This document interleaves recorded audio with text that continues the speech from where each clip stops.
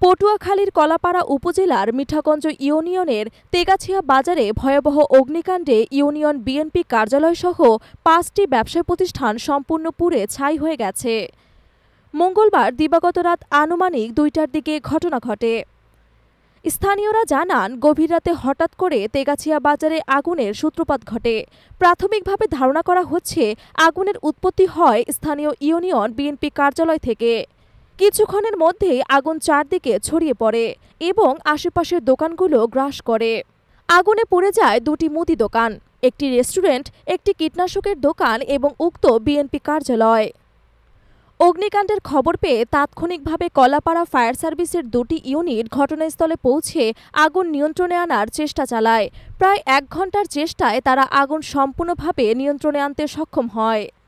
ক্ষতিগ্রস্ত দোকান মালিকরা জানান, আগুনে তাদের প্রায় ৩০ লাখ টাকার মালামাল সম্পূর্ণভাবে পুড়ে ছাই হয়ে গেছে। আগুনে কেউ হতাহত না হলেও জীবিকার ওপর গভীরভাবে আঘাত এনেছে। অনেকেই বলছেন তারা এখন সম্পূর্ণ পথে বসে গেছেন এবং দ্রুত পুনর্বাসনের দাবি জানিয়েছেন। কলাপাড়া ফায়ার সার্ভিস স্টেশনের ইনচার্জ ইলিয়াস হোসেন বলেন, আমরা খবর পাওয়ার সঙ্গে সঙ্গে ঘটনাস্থলে পৌঁছে আগুন নিয়ন্ত্রণের কাজ শুরু করি। আগুন দ্রুত ছড়িয়ে পড়ায় ক্ষয়ক্ষতির পরিমাণ অনেক বেশি হয়েছে। আগুন লাগার সঠিক কারণ এখনো নিশ্চিত হওয়া যায়নি, তবে বিষয়টি তদন্তাধীন রয়েছে।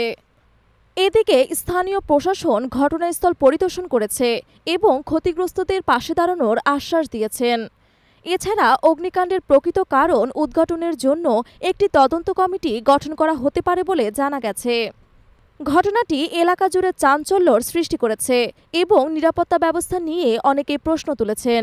স্থানীয়রা বাজারে পর্যাপ্ত অগ্নি নির্বাপক ব্যবস্থা না থাকায় এমন ক্ষয়ক্ষতি হয়েছে বলে অভিযোগ করেছেন। এখন সকলের একটাই দাবি, ক্ষতিগ্রস্তদের যথাযথ সহায়তা এবং আগুনের উৎস দ্রুত উদ্ঘাটন করা।